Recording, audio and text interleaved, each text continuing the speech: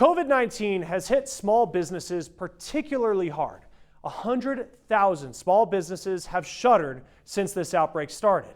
But Chris Conti found a group of women business owners supporting one another during COVID in an industry that is dominated by men. As certain as the changing tides, the Heidi and Elizabeth pulls into port at the same time each night.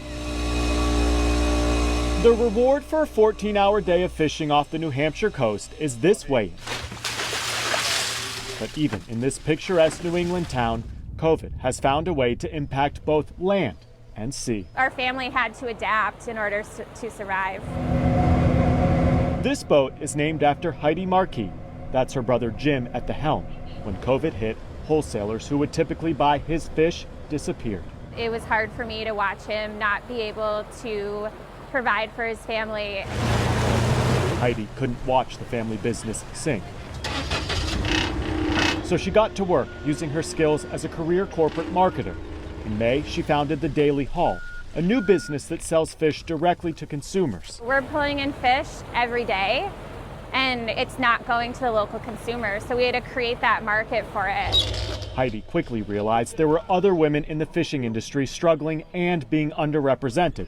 So she got to work with her female counterparts to sell their products as well. The rules have been thrown out the window. That includes Laura Brown. I was ready for the best year ever. I was like, I got this. As the owner of Fox Point Oysters, she had to reinvent herself after COVID. Heidi helped Laura expand to new farmers markets in the area. Both women are in the minority of the fishing industry. Even nationally, only 40% of U.S. businesses are women-owned. I've had a couple careers in my life, and they've always sort of been male-dominated. So I stopped seeing it for a long time. And it turns out the spirit of female ingenuity out here is spanning generational gaps. This is like our first big purchase with the money we've been saving. Not too many 15-year-olds run their own business. £1 and $3, so that would be $5. Even fewer have their commercial lobster fishing license. It's easy. I mean, it wasn't at first, but it's picked up a lot. But then there's Ella Byrne. It's very male-heavy industry. All the guys down there, I'm the only girl who fishes. Let me see.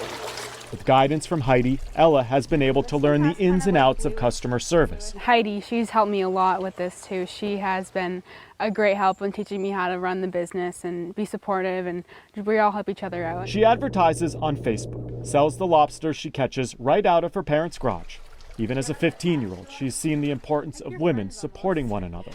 I hope more girls my age see this and think, oh wow, this looks like fun, I want to do that. She has everything in front of her, and it's really helping mentor and guide her into growing her own business and establishing herself. So with their livelihoods hanging in the balance, these women are keeping each other afloat, with at least some hope off the horizon. I think women are underrepresented in a lot of industries, so I think it's important to highlight them. In Portsmouth, New Hampshire, I'm Chris Conti reporting.